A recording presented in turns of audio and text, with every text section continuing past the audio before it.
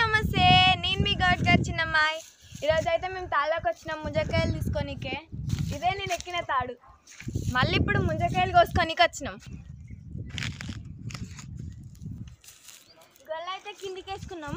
ఇప్పుడు ఇవి తీయాలి.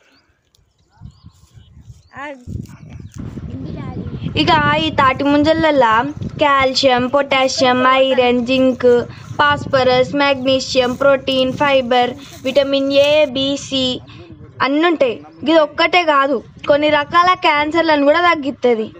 ఇగో ఇంకో ముచ్చట, ఇది తింటే బరువు కూడా తగ్గొచ్చులా. తాళ్ళకి వచ్చి లేత లేత ముంజలల్లా నీళ్ళు తాగుకుంటా తింటే మంచిగా ఉన్నది. ఆ ఎండకు పోయి వచ్చి ముంజలు తింటే ఎక్కలేని బలం వస్తుంది. ఇగో ముంజలు తినైతే మర్చిపోకురి, ఎందుకంటే ఇవి ఎండాకాలంలో దొరుకుతాయి. తింటే పానానికి మంచిదుల్లా.